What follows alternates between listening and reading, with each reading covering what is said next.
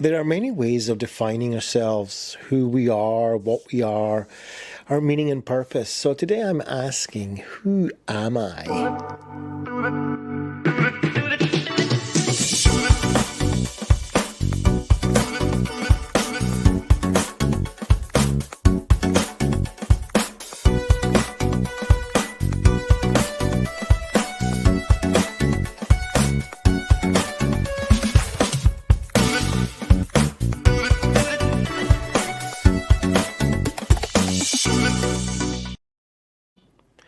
On this journey of my 12-week challenge, me being in my 6th week, the middle week basically, there's a lot of contemplation going on. I'm asking myself all sorts of questions, and not always do I actually get practical work done, today being one of them. But one of the things that comes up is, what is my identity? Who am I? How do I define myself?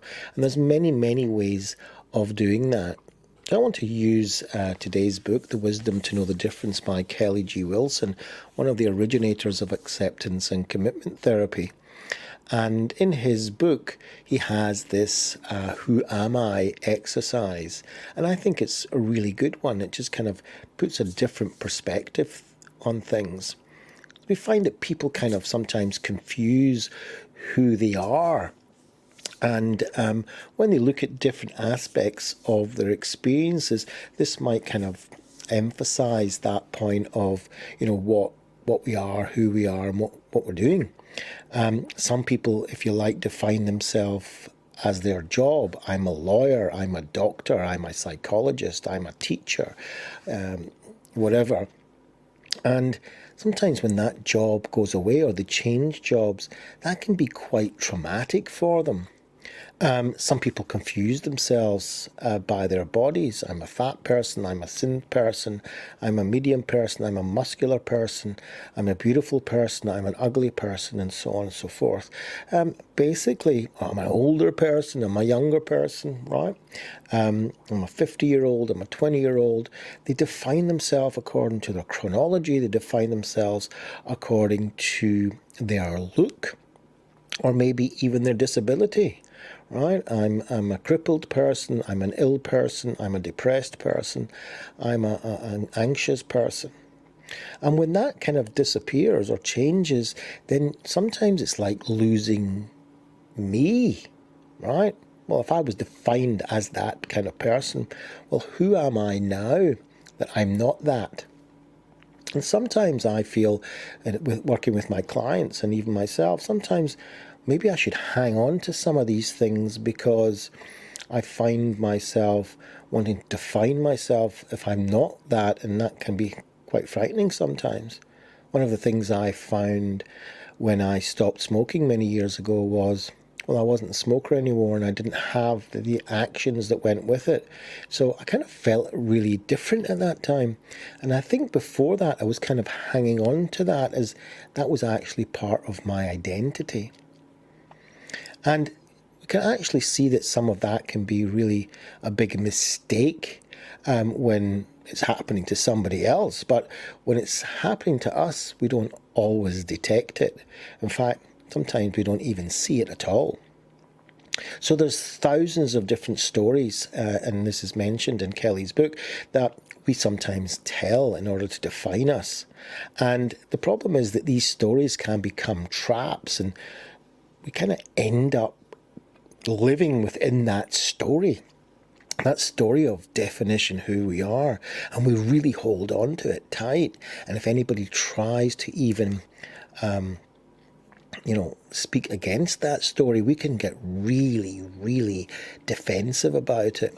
And sometimes we can be so blind that we don't even realize if it's doing us any harm. So a little exercise is, think of a time when you were a child and maybe 6 or 7 years old. And if you have even a photograph, have a look at it and describe the child's body, how small it is. And just kind of give an idea as you look over or think about it, what, that person, you in your childhood was like, and try to picture yourself in that body. And then think of yourself as a teenager. Just kind of either look at a picture of that or imagine what it was like, and just close your eyes and remember what it was like being a teenager. And then think of yourself when you were your peak fitness, healthiest self. Just close your eyes and recall what that was like. Maybe you have a time when you were very, very sick. Have a think about that and try to recall what that was like. And just imagine back to what it was like when you were in an unhealthy state. We could also do this with emotions. Think of a time when you were very, very sad. Just picture yourself in your imagination at that moment, your saddest moment. Picture your face. See if you can see the sadness expressing itself in your eyes, in the way that you hold your body when you were very, very sad. Describe to yourself what you see. And now think of yourself when you were really, really, truly happy, full of joy. See if you can picture that, the way you held your face, the way that you held your body, the way that you moved, the way that your facial muscles were at that time. How did your voice sound when you were laughing, when you were fully joyful? Now let's have a look at thoughts. See if you can think of a belief you had when you were little that you no longer believe. Just understand, what were you thinking then when you believed whatever that was? A lot of us believed that our parents were like super human beings. And then we found out eventually they were as human and vulnerable as we are. But at that time when we were a child, we believed that. Or maybe you believed in other things as a small child sometimes does. Think about sometimes the really, really serious thoughts you've had. Maybe about your health or your finances. Just let your eyes close for a minute. See if you can picture yourself in the middle of these really, really stressful thoughts. Think about the different domains and roles that you've had in your life. The role of being a child, a student maybe, certainly at school, a team member of some sort. Maybe you were a bully or you were bullied. Maybe you are a parent now. Maybe you're a teacher or a coach or a spouse or a partner. Or maybe someone left you or you were the one who left in a relationship. Just kind of bring that back to your thoughts. Now I want you to get a mirror. I want you to look in that mirror. Look into your own eyes. And see if you can see in there that you that were looking out of these eyes. Out of these eyes as a child. Out of these eyes as a teenager. Out of that sick body. That healthy body. That sad person. That happy, joyful person. See if you can let it sink in that there is a you that has been there the whole time.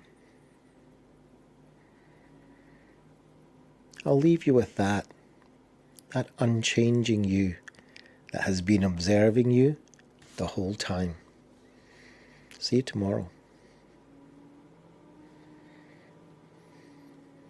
Dov Benyaacov-Kurtzman has embarked on a 12-week daily live challenge to disseminate a mixture of knowledge, combining his hand-picked golden nuggets from his personal library together with his decades of experience and learning. He is doing this as a committed action to service his values of contributing and helping others, using himself as the subject of this exercise. Despite his feelings of awkwardness, anxiousness and shame, which usually forms a barrier of uncomfortableness within, holding him back from accomplishing his goals. Dov Benyaacov-Kurtzman is an accomplished psychotherapist and clinical social worker with many years of learning and experience.